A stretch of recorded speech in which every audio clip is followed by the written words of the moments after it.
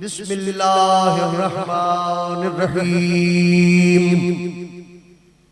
या अय्युहल्लज़ीना आमनुत्तक़ुल्लाह वब्तगू इलैहिल वसीला।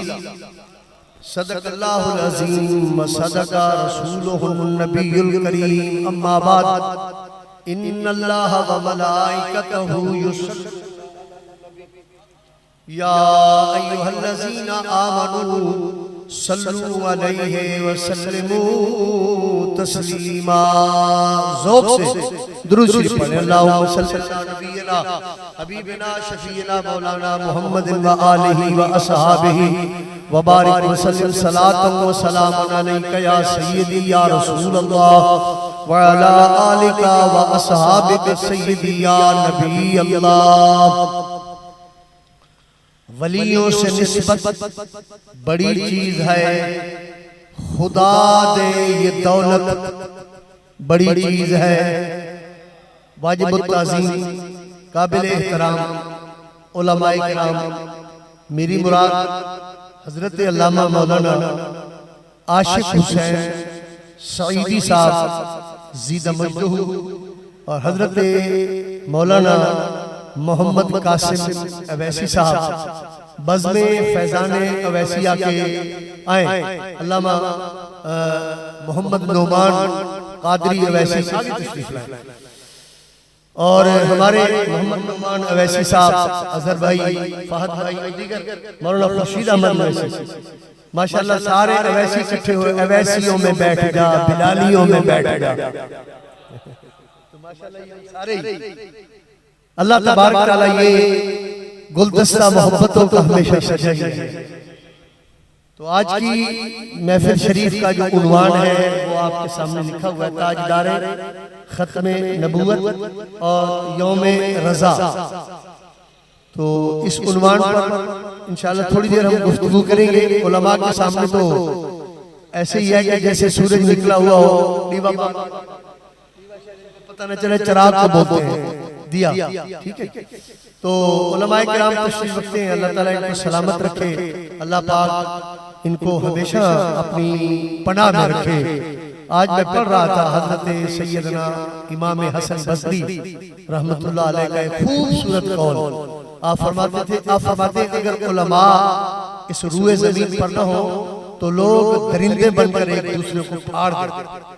जैसे दरिंदे जंगलों में होते हैं तो फाड़ने का काम है, खत्म करने का। ये उलमा की बरकत है कि अल्लाह ने इंसान से जानवर होने वाला वो मादा जो है दबा दिया, ठीक है ना। तो इंसान खूंखार जानवर भी है। हजरत अल्लामा मौलाना मोहम्मद फारूकुल कादरी साहब जो हमारे बज़्म वैसिया के रूह और रवां है, इंतहाई मोहब्बत वाली शख्सियत में तशरीफ लाए हैं। मुझे बड़ी खुशी हो रही है कि उलमा के दरमियान में हाजिर हूँ और मुझे ये भी सआदत हासिल है कि इन मोहब्बत वाली नजरों के सदके में अल्लाह मुझे मदीने शरीफ की इनके साथ ही हाजिर है। असलम भाई, अल्लाह ताला आपके रिज़्क़ में भी बरकत दे, आपके घर में भी। तो शुरू करते हैं जी। इंतहाई सादगी से मैंने बात करनी है। वैसे शेर में पढ़ लेता हूँ, पता है। तो मतलब है कराची के लोग ज्यादातर हमारे पंजाब में आते हैं तो मिर्च मसाला ज्यादा इस्तेमाल करते हैं, ठीक है ना जी, चटपटी चीजें। लेकिन बात यह है कि सादगी में जितना मजा है चटपटी चीजों में इतना मजा नहीं है, ठीक है ना जी। सादगी ये बहुत बड़ी अच्छी चीज होती है। वैसे हम चटपटे मसाले भी हमारे पास है, अगर आप कहें तो फ्रूट चाट भी बना सकते हैं, उसमें मसाला ज्यादा डाल दें। लेकिन बात यह है कि सादगी से हमने गुफ्तगू करनी है, सुननी है और ये अमानत के तौर पर हमने अपने सीने में महफूज करनी है और ये अमानत इंशाअल्लाह हम आगे तक पहुंचाते रहेंगे। कुरान करीम की आयत करीमा मैंने पढ़ी है। अल्लाह फरमाता है या अय्युहल्लज़ीना, आप भी पढ़ लें, आमनू, ऐ ईमान वालों। अब यहाँ एक बात अर्ज करके फिर आगे चलते हैं। कुरान करीम में दो तरह का खिताब है। कहीं अल्लाह फरमाता है या अय्युहन्नास, ऐ लोगों। तो लफ्ज नास का जहां आ जाए वहां कोई तफरीक नहीं होती, कोई इम्तियाज, कोई इनफिराद नहीं होता। इससे सारी दुनिया के लोग मुराद हैं, चाहे वो कलमा गो है या नहीं है, चाहे वो मुसलमान है या नॉन मुस्लिम है, कोई भी है, किसी मजहब से इंसान है तो अल्लाह ने उसको कैसे खिताब किया, या अय्युहन नास, ऐ लोगों। और इसी कुरान करीम में एक और तरह का भी खिताब है, या अय्युहल्लज़ीना आमनू, ऐ ईमान वालों। तो यहाँ जब ईमान वाले, यहाँ आमनू का लफ्ज आएगा तो नास में से वो लोग निकल जाएंगे जो ईमान वाले नहीं है। तो अल्लाह क्या फरमा रहा है, या अय्युहल्लज़ीना आमनू, ऐ ईमान वालों। ये खिताब किसे किया जा रहा है, जिसके पास दौलत ईमान है, जिसे अल्लाह ने ईमान का खजाना दिया, जिसे अल्लाह ने ईमान का अनमोल हीरा अता फरमाया, जिसे अल्लाह तबारक व तआला ने ईमान वाला अजीम जौहर अता फरमाया। वो ईमान वाला जिसके पास दौलत ईमान है, ईमान का खजाना है, ईमान का एक हीरा है, ईमान का एक अनमोल मोती है, तो उसे कहा जा रहा है ईमान वाला। अब अगली बात क्या है, इत्तकुल्लाह, ऐ ईमान वालों अल्लाह से डरो। अब ये दोनों दो चीजें बयान कर दी गई, यानी एक ईमान के बाद अगला दर्जा इत्तकुल्लाह, ऐ मुत्तकीयो, यानी अल्लाह से डरो। इत्तकुल्लाह, ऐ ईमान वालों अल्लाह से डरो। अब यहाँ कौन कौन सी चीजें बयान की गई, एक ईमान और दूसरा तकवा। ईमान का बहुत बड़ा खजाना है, याद रखिए मेरे दोस्तों, जिसे अल्लाह ने ईमान की दौलत दी है, यूं समझिए कि दो जहानों की दौलत अल्लाह ने उसे अता फरमाई है। ईमान बहुत बड़ी दौलत है। आज हम देखते हैं कि हमारे मुआशरे में जिसके पास दुनिया दौलत का ढेर हो, नौकर चाकर हो, कारोबार हो, बड़ी बात है जनाब, बड़ी बात है। और इस वक्त आप देखिए दुनिया में दो ऐसी कौमें हैं जो इस हमारी मईशत पर काबिज हैं, एक है यहूदी और एक है कादियानी। इन दोनों ने पूरी दुनिया के जितने मुल्क हैं उनकी मईशत को अपने कंट्रोल में लिया हुआ है, उनके इशारे पर दुनिया नाचती है। अब ये देखिए कोरोना, ये एक ऐसा बहाना था क्योंकि पूरी दुनिया उनके हाथ में मजबूर थी, और क्योंकि उनके पास सब कुछ था, इसीलिए एक तमाशा, एक फराड, एक धोखा जो पूरी दुनिया पे किया जा रहा है, क्योंकि पैसा उनके पास है। अब याद रखिए, जिनके पास पैसा है हम समझते हैं कि सब कुछ है, लेकिन अल्लाह फरमाते हैं जिसके पास ईमान है उसके पास सब कुछ है। और उलमा से पूछिए, ये आपको बताएंगे, सरकार ने फरमाया ये दुनिया काफिर के लिए है और आखिरत मोमिन के लिए है। दूसरे लफ्जों में आपको यूं समझा दूं कि ये दुनिया का मालो मताल काफिर के लिए जन्नत है, और मोमिन के लिए क्या फरमाया, ये मोमिन के लिए ये कैद खाना है। और दुनिया सिजनुन लिल मोमिन, और दुनिया दारुल मिहन, ये इम्तिहान की जगह है, आजमाइश का घर है, ये कैद खाना है मोमिन के लिए। और मोमिन को यहाँ इतना ज्यादा सहूलियात नहीं होती। उलमा से पूछिए, ये बेचारे किस अंदाज से दीन की खिदमत करते हैं। हमारे सीधे साधे मुसलमान आप देखिए किस अंदाज से वक्त गुजारते हैं, लेकिन हाथ से गैब से आवाज आती है, घबराना नहीं है। दुनिया की दौलत मैंने काफिर को दे दी है, किसी ने 40 साल, किसी ने 35, किसी ने 50, किसी ने 60, किसी ने 65, ये इस्तेमाल करके वो चला जाना है, वो हमेशा के लिए महरूम है। तू थोड़ा सा इम्तिहान दे ले, फिर अल्लाह फरमाता है कि हमेशा के लिए तुझे जन्नत अता फरमाऊंगा, हमेशा के लिए तेरे लिए ऐश होगा, इशरत होगी, नेमत होगी। ये आरजी नेमत है, किसी ने 10 साल, किसी ने 20 साल, किसी ने 30 साल, और मोमिन को जो अल्लाह ने ऐश इशरत अता फरमाई है वो दायमी है, हमेशा के लिए है। और ईमान वालों को खुशखबरी है, वबश्शिरिस साबिरीन भी है, सब्र करने वालों तुम्हें खुशखबरी है। और अल्लाह ने उनको बहुत बड़ी दौलत अता फरमाई है, ईमान वाली। जिसके पास ईमान है उसके पास, और जिसके पास ईमान नहीं। अब अगली ईमान से अगला उलमा से पूछिए, वो तकवा, मुत्तकी, परहेजगार। अब ये दोनों खजाने जिसके पास है अल्लाह फरमाता है ऐ ईमान के खजाने वाला, ऐ तकवे के खजाने वाला, ये दो खजाने जिसके पास है। अब अगले जुमले काबिल गौर है और आप जरा गौर करेंगे तो आपके इंशाअल्लाह ईमान में मजीद लज्जत पैदा होगी, आपकी समाज के अंदर एक अजीब मतलब सुकून महसूस होगा। अल्लाह फरमाता है ईमान के खजाने वाला और तकवे वाला, या अल्लाह क्या हुक्म है? अल्लाह फरमाता है वब्तगू इलैहिल वसीला, अल्लाह को मिलने का कोई वसीला तलाश करो। अब आप जरा सोचें कि ईमान तो है, तकवा भी है, इसके बाद भी जरूरत महसूस हुई। अल्लाह ने फरमाया अकेला नहीं रहना, ये ना समझ लेना कि मेरे पास ईमान है बस मैं घर बैठ के तस्बीह खड़काता रहूं, नमाज पढ़ता रहूं, रोजा रखा है मैंने, हज करके आया हूं, ज़कात देता हूं, जो मेरे से अच्छा काम करूंगा, ईमान तो मेरे पास है ना, अब मुझे किसी और जगह जाने की जरूरत ही क्या है? और फिर ईमान के बाद तकवा भी है, अल्लाह ने मुझे तकवा भी दिया है। अल्लाह फरमाता है ये दोनों खजाने तेरे पास है, अब गुरूर करके तकब्बुर करके बैठना नहीं है। या अल्लाह क्या करूं? वब्तगू इलैहिल वसीला, मेरे मिलने का कोई वसीला तलाश कर। अब ईमान तो है और तकवा भी है, लेकिन अल्लाह फरमाते हैं वब्तगू इलैहिल वसीला, ईमान वाला मैं तुझे कह रहा हूं कि मेरे मिलने का वसीला तलाश कर। ओ परहेजगार मुत्तकी, मैं तुझे कह रहा हूं, मैंने नास का लफ्ज़ नहीं फरमाया कि लोगों मेरे मिलने का वसीला तलाश करो, मैंने बड़ी तरतीब के साथ फरमाया ओ ईमान वाला, ओ तकवे वाला, क्या हुक्म है? अल्लाह फरमाता है मेरे मिलने का कोई वसीला तलाश कर। या अल्लाह ईमान और तकवा, फिर अल्लाह फरमाता है यही तो चीज है ना, मेरे मिलने का वसीला तलाश कर। क्यों?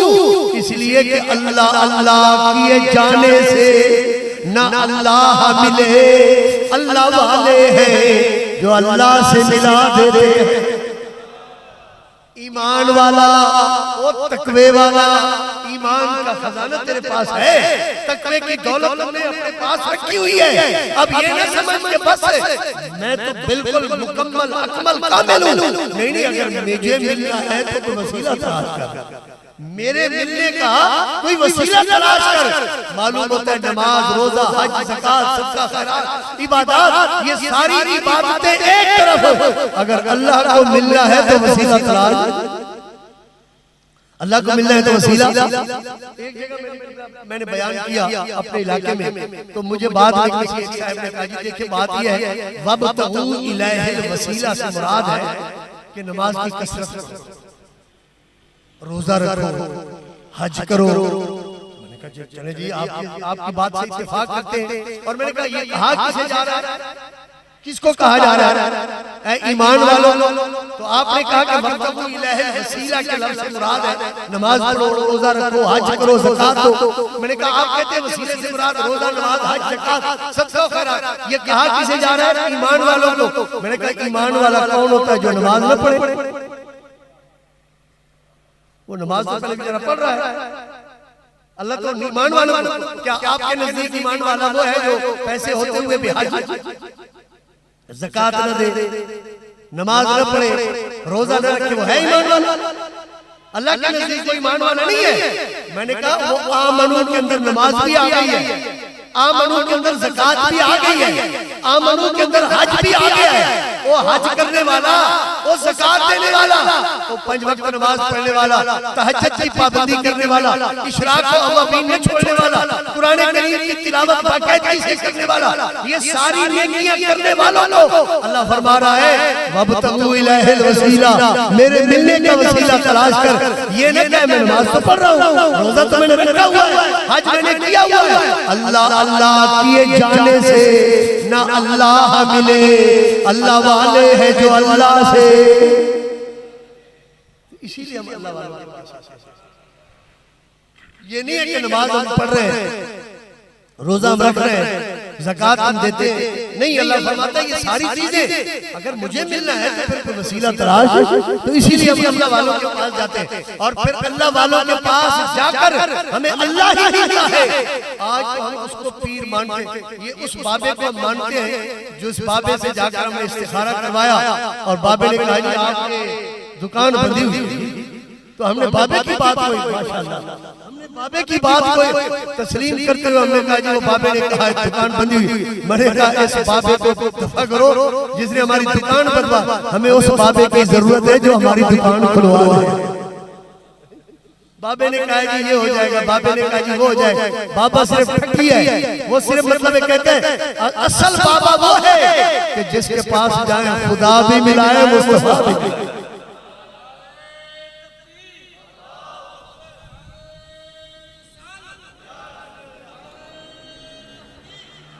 हमारे अल्लामा हमारे आप भी जानते हैं हमारे यहाँ अगर भैंस दूध न दे तो पीर साहब के पास जाते हैं, वो तवीज बना दे। हमारी भैंस जो है ना वो दूध नहीं देती, वो थोड़ा पता नहीं क्या हो गया है, पीर साहब तवीज ले देते हैं और जाके कोई भी अमल बताए कि उसके गले में डाल के जो भी करो, अगर तवीज याद आ जाए तो पूरे इलाके में हम नकारा बजाते हैं। बड़ी पहुंची शख्सियत है जनाब। मैं कहा जी आपको कैसे पता चला? मैंने तवीज लिया है तो मेरी भैंस का दूध ज्यादा हो गया है, तो इसलिए ये पहुंची हुई शख्सियत है। तो किसी ने मतलब एक कहा जी मेरा कारोबार 4 दिन मैंने पहले बड़ी दुकान चली है, अब तो कोई आता ही नहीं है, तो पीर साहब ने अपनी तवीज लिख दिया, फिर गाहक आना शुरू हो गए। हमने ऊंची शख्सियत है जनाब, हमारा देखिए कारोबार बंद था, वो सारे चल पड़ा। खुदा के बंदो ये कारोबार सिलसिला चलना, ये भैंस का दूध ज्यादा देना, ये कोई विलायत की निशानी नहीं है। वली होता वो है जिसके बारगाह में आओ तो खुदा को मिला देता है। दाता साहब की खिदमत में एक बंदा आया, उनका महीना है ये उस मुबारक का, 6 महीने रहने के बाद वापस इजाजत चाह रहा है। हजरत ने पूछा चाचा कैसे आया था मियां साहब, कैसे आना हुआ? हुजूर ऐसे ही आया था, ऐसे ही जा रहा हूँ। क्योंकि अल्लाह वाले पूछते तो नहीं है, लंगर है चल रहा है। 6 महीने बाद 3 महीने बाद जो भी मतलब अरसा जाने लगा। आपने फरमाया भाई बता तो सही आना कैसे जाना कैसे? उसने कहा वैसे ही आया था वैसे ही जा। आपने फरमाया बताता है मैं बताऊं? बता मैं बताऊं? मैं आपका बैयत होने आया था, मुरीद होने के लिए आया था। तो फिर क्या हुआ? मुरीद ने कहा जी मैंने आज तक करामत ही नहीं देखी, मैंने 10 रुपए को 20 बनते नहीं देखे, मैं कि भाई 10 रुपए किसी ने दिए हो 20 बन गए हो। और मतलब मैंने ये नहीं देखा कभी आप उठते हुए, मैंने कभी ये मतलब आजकल हम उसी को पीर मानते हैं ना कि मतलब आपने फरमाया चलो मियां वो तो खैर तेरी अपनी मर्जी है, तूने 6 महीने 3 महीने मेरे पास गुजारे, कीमत तूने करामत नहीं देखी, चलो जाते जाते मेरी इस्लाह कर जाना कि मेरे अंदर कोई कमी देखी हो ताकि मैं उसको जरा थोड़ा नजरसानी कर लूं कि तू 6 महीने मुझे देखता रहा मेरी करामत, और करामत मुझे नजर नहीं आई, मुझे बता तो सही ना कि मेरे दीन के काम में कोई कमी दे ताकि मुझे बता। उसने अर्ज किया हुजूर मैं तकबीर उला मैंने आपको कभी छोड़ते हुए नहीं देखा।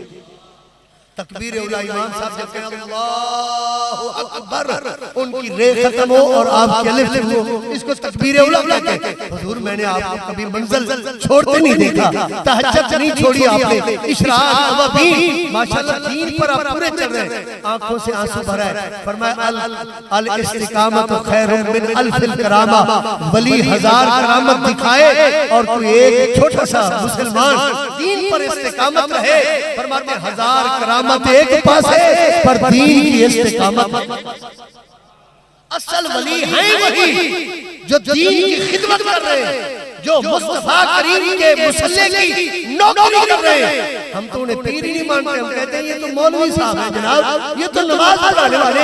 पीर कौन है? जिसकी 50-22 पाठ हो, और जनाब ये कहते हैं ये बड़ा पहुंचा हुआ बुजुर्ग है, और जिसकी सिराने मुकम्मल तकिया अमल, जिसका सुबह लिबास और हो शाम को लिबास और हो, और सुबह शाम जो अपने मतलब शेप करवाता हो, बड़ी ढील डोल हो आगे पीछे, बड़ी पहुंची हुई शख्सियत है। ये पहुंची हुई शख्सियत नहीं है, पहुंची हुई शख्सियत वो है जो मुस्तफा करीम के दरबार में पहुंची हुई, जो दीन की आला हजरत इमाम अहले सुन्नत मुजद्दिद दीन व मिल्लत, आज तक उनके नाम का नकारा बज रहा है, आज तक उनके नाम की माला हमारी जुबानों पर है। आज हम उनका नाम लेकर मतलब एक इतनी मोहब्बतों का इजहार करते हैं। वो एक सच्चे वली कामिल थे, क्योंकि सारी जिंदगी उन्होंने मुस्तफा करीम के दीन की खिदमत। किताबें लिखी उन्होंने, शागिर्द बनाए उन्होंने, दीन के ऐसे ऐसे कारहाए नुमाया जो मतलब लोग भूल चुके थे। मेरे सरकार सैयदी आला हजरत ने उनको तजदीदी कारनामों के साथ जिंदा किया। तो हाज़रीन किराम याद रखिए, दीन का खातम ही अल्लाह का वली होता है।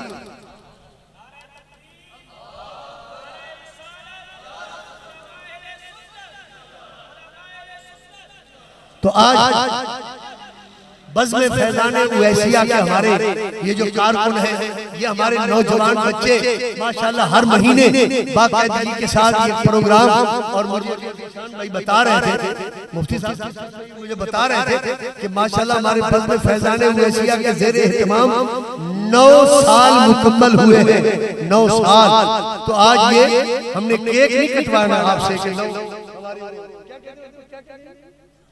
सालगिरह, वो सालगिरह होता है जनाब। तो आज 9वीं सालगिरह है हमारे बज़्म फैज़ाने हुए से 9 साल खैर से मुकम्मल हुए। और 9 का अदद बड़ा प्यारा है, आप 9 का अदद बहुत प्यारा अदद है, और इसके अंदर इतनी बरकत है, ये खत्म होने वाला नहीं है। 9 लफ्ज़ 9 का ये खत्म ही नहीं होता, इसको जमा कर ले, तफरीक कर ले, तक़सीम कर ले, ये अपनी जगह पे डटा रहता है, ये बढ़ता ही रहता है। इसीलिए मेरे सरकार ख्वाजा गुलाम फरीद ने बड़ी खूबसूरत बात कही है, कदम तेरे विच 9 मन भाग, ये समझते कदम तेरे विच 9 मन भागे, यानी सुना तेरे कदम में थोड़ा नहीं 9 मन तेरे कदमों में भाग है। किसी ने पूछा ये लफ्ज़ 9 का क्यों आपने इस्तेमाल किया, 10 का क्यों नहीं इस्तेमाल किया, 100 का लफ्ज़ इस्तेमाल करते। फरमाया इसको जरा जमा करना शुरू करो ना, ये 9 का आदत खत्म ही नहीं होता। मेरा महबूब जहां कदम रखता है ना, वहां बरकत खत्म होती ही। कदम तेरे विच 9 मन भागे। तो आज हमारी 9वीं सालगिरह है, तो ये 9 साल हमें बताते हैं इंशाअल्लाह। सलमान भाई अल्लाह ताला आपके इस इमारत में बरकत दे, आपने कितनी फराख दिली की हुई है। नीचे रिज़्क़ का इंतजाम है, दरमियान में बच्चे हैं, और ऊपर मुस्तफा करीम के दर्स का एहतमाम है। नीचे नीचे मतलब रिज़्क़ का कारोबार है, और दरमियान में बच्चे रखे हुए, और ऊपर कहा है कि जनाब हर महीने आया करो और यहाँ मुस्तफा करीम का जिक्र सुनाया करो। अल्लाह आप लोगों को बरकतें अता फरमाए। खुदा हमें भी ऐसी छत दे जिस पर मेरे करीम आका का जिक्र खैर होता रहे। अल्लाह हमें ऐसी छत अता फरमाए जहाँ हुजूर का जिक्र खैर होता रहे। तो हाज़रीन किराम अर्ज़ ये कर रहा हूँ कि आजकल हमने जो ये कंसेप्ट हमारे दिमाग में है कि पीर कैसा होना चाहिए, और फिर हम ब्लैकमेल भी करते हैं पीरों को, क्या कहते हैं जी, वाह जी वाह जनाब आपके मुरीद हैं, और फिर हमारे मसले भी हल नहीं होते, और फिर सुल्तान बाहू का शेर भी हम सुना देते हैं। पीर साहब बेचारे बड़े परेशान होते हैं कि जनाब पीर पकड़ियां पीर न मर रहे, फिर की पीर पकड़ना हूं। तो पीर साहब परेशान हो जाते हैं कि जनाब मैं मुरीदों की पीड़े दर्द कैसे खत्म करूं। दर्द मुरीद का उस वक्त खत्म होगा जब पीर की बात मानकर पंचगाना नमाज शुरू कर दे। सारा काम जिम्मे लगा देते हैं पीर का। ये पीर साहब आपने वो इस्तिखारा भी करना है, बच्ची का, बेटे का, और कारोबार का सारा काम पीर के जिम्मे लगाते हैं। पीर साहब अगर कहें कि थोड़ा सा ये काम करना है, नहीं नहीं नहीं मैं तो आई आपके पास नहीं हूँ। तो मतलब आप करने का ये है, हमने जो अपने दिमाग में पीरों का कंसेप्ट बनाया हुआ है, आला हज़रत अज़ीम अल बरकत इमाम है सुन्नत मुजद्दिद तीनों मिल्लत ने आपने जो 4 शर्तें पीर की बताई है, फरमाया वो कभी पीर नहीं होता जिसका काम आला हज़रत का यौम है ना, ये महीना मेरे सरकार सैयदी आला हज़रत का है। फरमाते लोगों पीर उसी को जाकर पकड़ना है जो शरीयत मुतहरा का पाबंद, जो कभी अमलन कौलन फेलन इशारतन किनायतन कभी उसकी जुबान से कभी उसके अमल से शरीयत के खिलाफ वर्जी न हुई हो। और आपने फरमाया कम अज़ कम दीन की जरूरियात के मसाइल से बखूबी वाकिफ हो, और फरमाया कि उसका सिलसिला नस्ब है वो अपने शेख कामिल तक तवातुर के साथ हो, मुनक़ते न हो। और आज जनाब अली सड़कों पर बैठे हुए नजूमी हमें लूट रहे हैं। एक तोता से बिठाया होता है, और हम भी इतने बड़े सियाने हैं, हम हिसाब कराने के लिए उनके पास पहुंच जाते हैं। तो ये बज़्म फैज़ाने उवैसिया के नौजवान बच्चे हमारे कारकुनान ये जो हर महीने प्रोग्राम करते हैं, ये इस्लाम की माशाअल्लाह हजरत अल्लामा मौलाना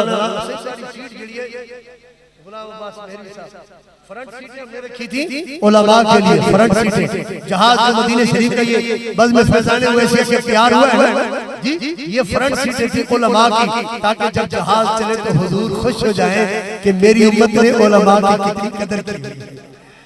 और सच्ची बात यह है, ईमानदारी की बात कर रहा हूँ, जो कौम उलमा की कदर करती है अल्लाह उनकी भी कदर बढ़ा देता है। आज औलाद मेरी कदर क्यों नहीं करती? इसलिए कि मैं उलमा की कदर करता। आज मेरे रिज़्क़ में बरकत क्यों नहीं है? इसलिए कि मैं उलमा की खिदमत नहीं करता। आज यकीन कीजिए, अगर मुस्लिम कौम अपने उलमा की कदर पहचान ले, मैंने किसी बुजुर्ग का कौल पढ़ा था कि अगर ये कौम उलमा का कदर पहचान ले तो इनके पांव जमीन पर न टिकने दे, बल्कि अपने कंधों पर उलमा को सवार करके फिरे। बड़ी बड़ी बातें उलमा की, ये हमें कुरान पाक के तर्जुमे सुनाते हैं, अहादीस मुबारक सुनाते हैं, हमें तकरीर ऐसे सुनाते हैं, बाद में कहते हैं मौलवी साहब को ये बात नहीं करनी चाहिए थी, सूद हम ले रहे तो लेते रहे, रिश्वत ले रहे तो लेते रहे। उलमा का वो तबका है, इधर उलमा का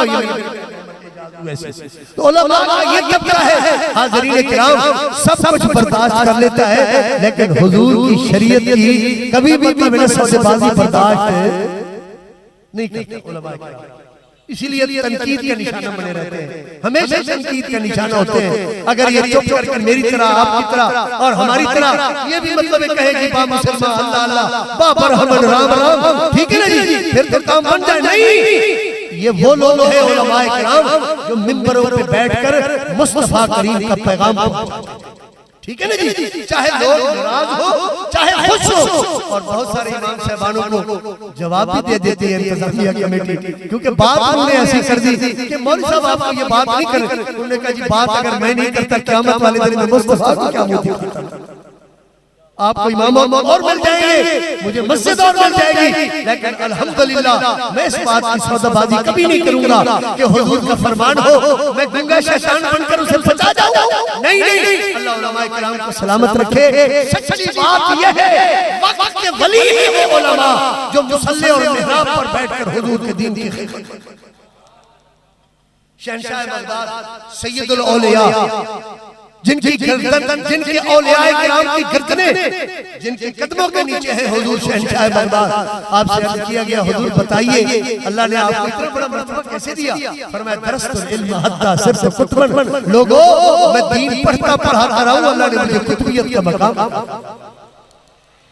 तो आज चूंकि यौम रज़ा है और ताजदार खत्म नबूवत हुजूर फैज़ मिल्लत की याद में जो हम ये बैठे हैं और बज़्म फैज़ान उवैसिया हर महीने ये प्रोग्राम सजाती है, हमारे मुफ्ती फारूक कादरी साहब माशाअल्लाह बड़ी शफ़क़त फरमाते हैं, उलमाए किराम की सरपरस्ती है। और मैं इन्हीं उलमाए किराम को यही अर्ज़ करूंगा, इन बच्चों के सर पर आपका शफ़क़त वाला हाथ होना चाहिए, इनकी इस्लाह फरमाएं, इनको बताएं कि बेटा मतलब जब मैदान में निकलना है तो इस तरह निकलना है।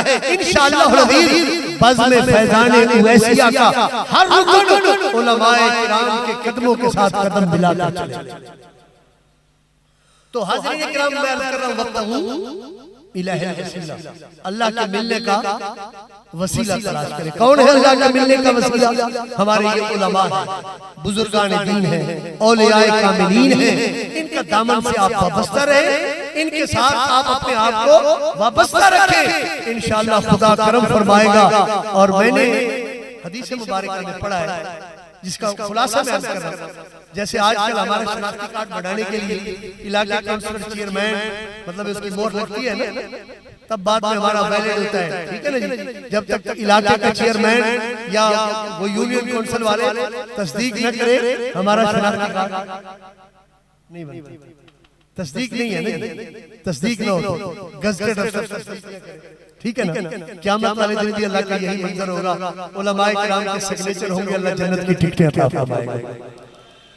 ठीक है, ये अल्लाह ताला ने इन उलमाए किराम को हमारा नुमाइंदा, अपना नुमाइंदा बना के अपनी मखलूक में भेजा हुआ है और ये मुस्तफा करीम के दीन की खिदमत करते हैं।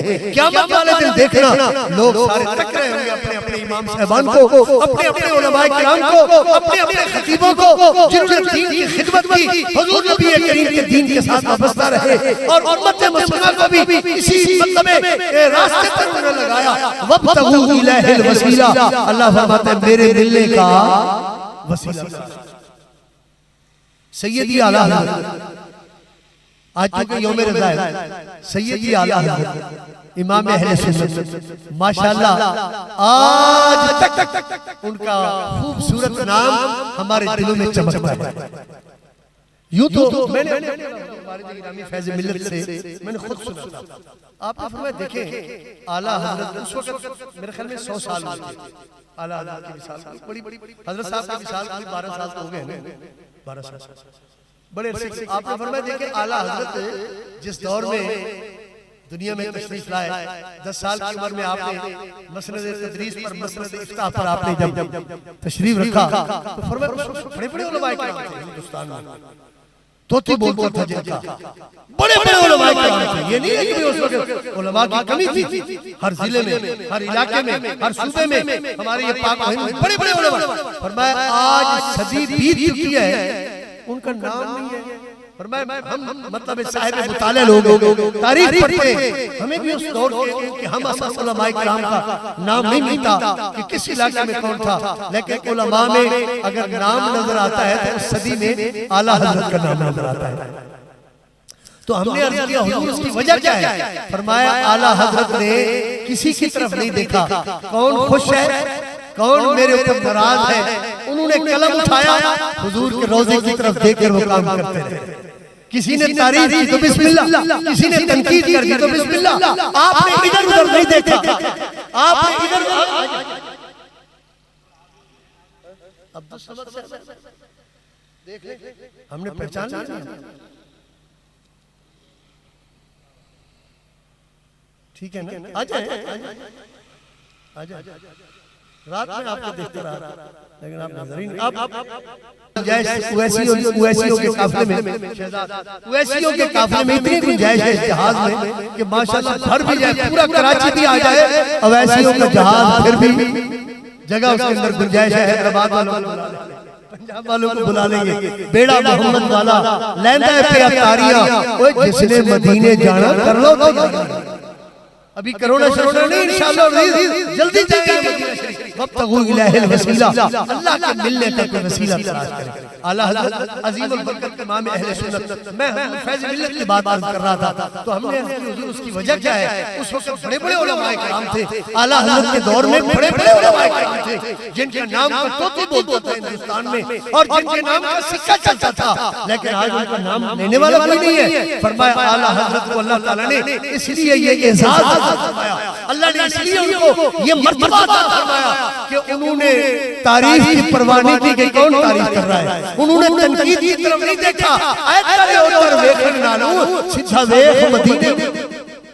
आला हज़रत ने सिर्फ और सिर्फ यही उन्होंने अपने कलाम में भी लिखा कि उन्हें माना और उन्हें जाना, उन्हें माना और उन्हें जाना, न रखा गैर से काम, लिल्लाहिल हम्द के दुनिया से।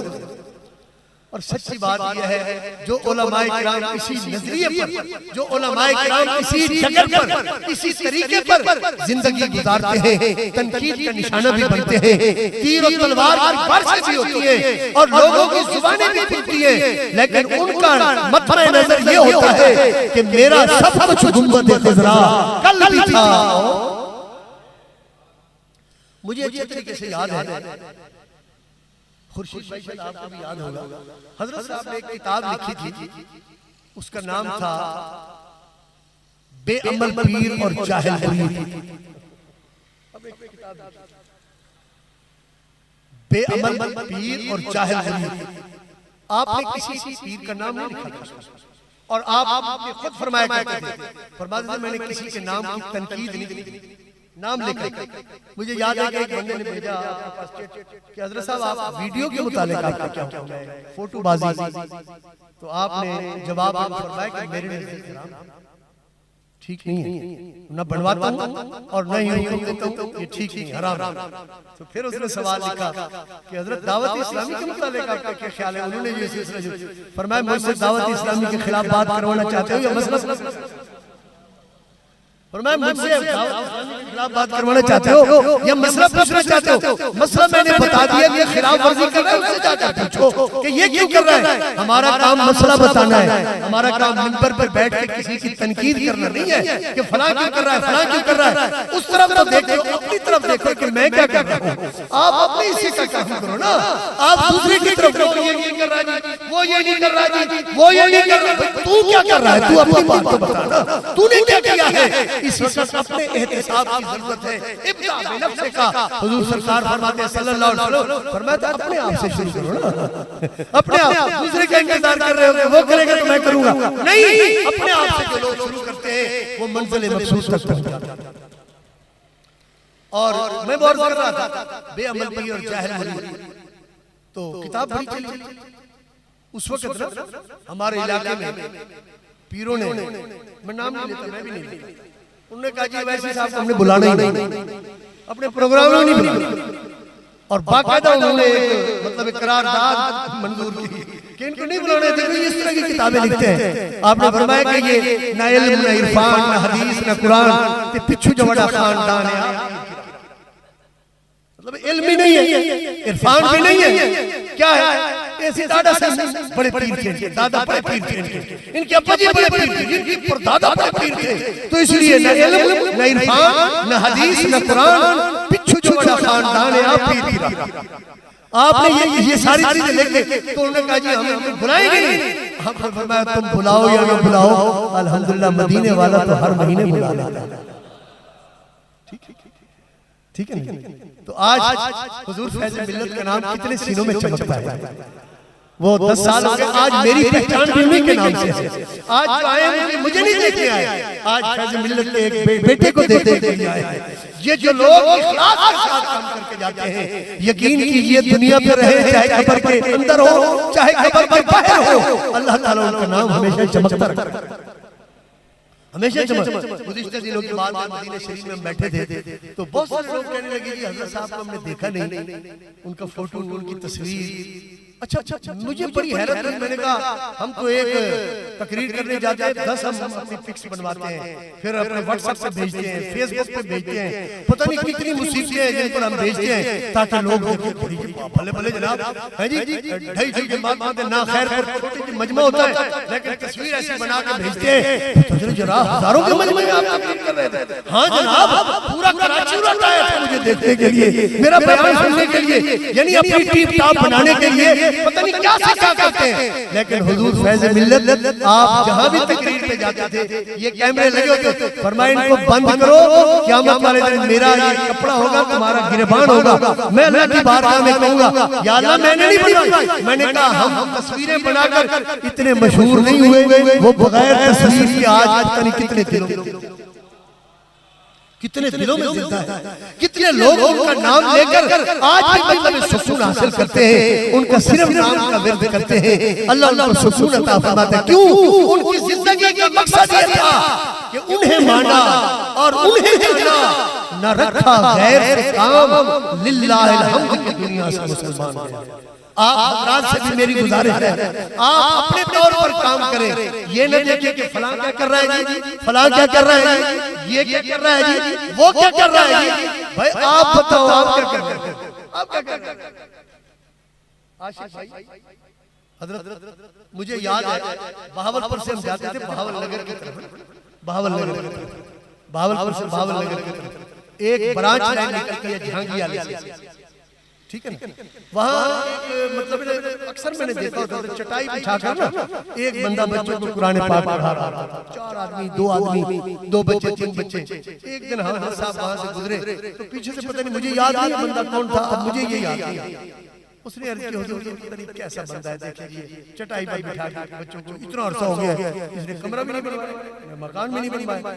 आपने फरमाया चुप कर जा, ये तुझसे बेहतर है, चलो इतना अरसा हुआ कुरान तो पढ़ा रहा है, इतनी बड़ी इमारत बना के काम भी अंदर कुछ रहो। ये शुक्र करो कि चटाई पे बैठ के कुरान पढ़ा तो रहा है ना बच्चों को, चाहे एक पढ़ रहा है चाहे दो पढ़ रहा है। और आप हमारा सिलसिला ही कुछ और है, हमारी नजर भी कुछ और होती है कि दारुल उलूम के कमरे कितने हैं जी, दारुल उलूम का किचन कितना अच्छा है जी, दारुल उलूम का लिबास कैसा है जी, फलां कैसा है। ओ भाई ये देखो काम कितना है, बस काम अगर आपका मुख्तसर भी क्यों ना हो, बस ये यार फरीद, ये यार फरीद कबूल करे, सरदार भी तू ते सुल्तान भी तू, ये यार फरीद कबूल करे, ये अगर मेरा सोना कबूल फरमा ले, ये यार फरीद कबूल करे, सरदार भी तू सुल्तान भी तू, नता कहतर कमतर अदना ला है।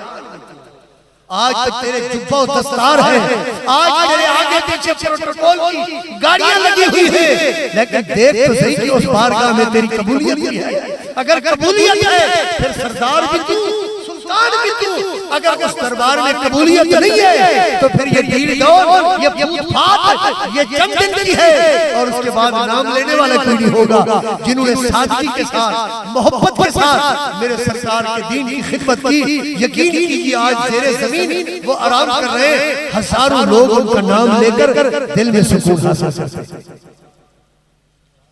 तो आला हज़रत अज़ीमुल बरकत इमाम अहले सुन्नत उन्हीं में से जिन्होंने इखलास के साथ सरकार करीम सल्लल्लाहु अलैहि वसल्लम के दीन की खिदमत की। ज़ाती बात मदीने शरीफ हाज़िरी होती है, अल्लाह के बार-बार नसीब सबको नसीब।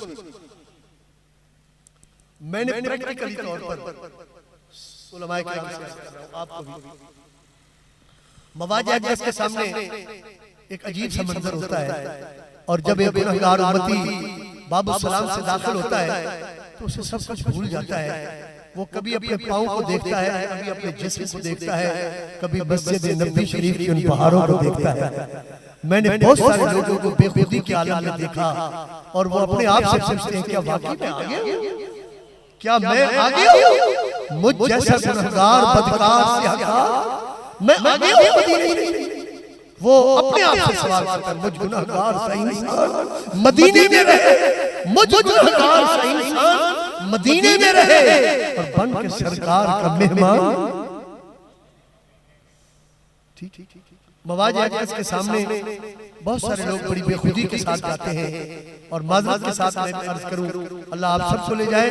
कोशिश कीजिए कि आप कैमरा जो है वो अपने कमरे में रखें। ये मोबाइल इसको आपने वहां हरकत नहीं देनी, ये शैतानी चरखा है, वहां आपके दिल में ख्याल डालेगा। इसकी तस्वीर बना लो, ये मंजर महफूज कर लो, ये वहां जाकर देखोगे।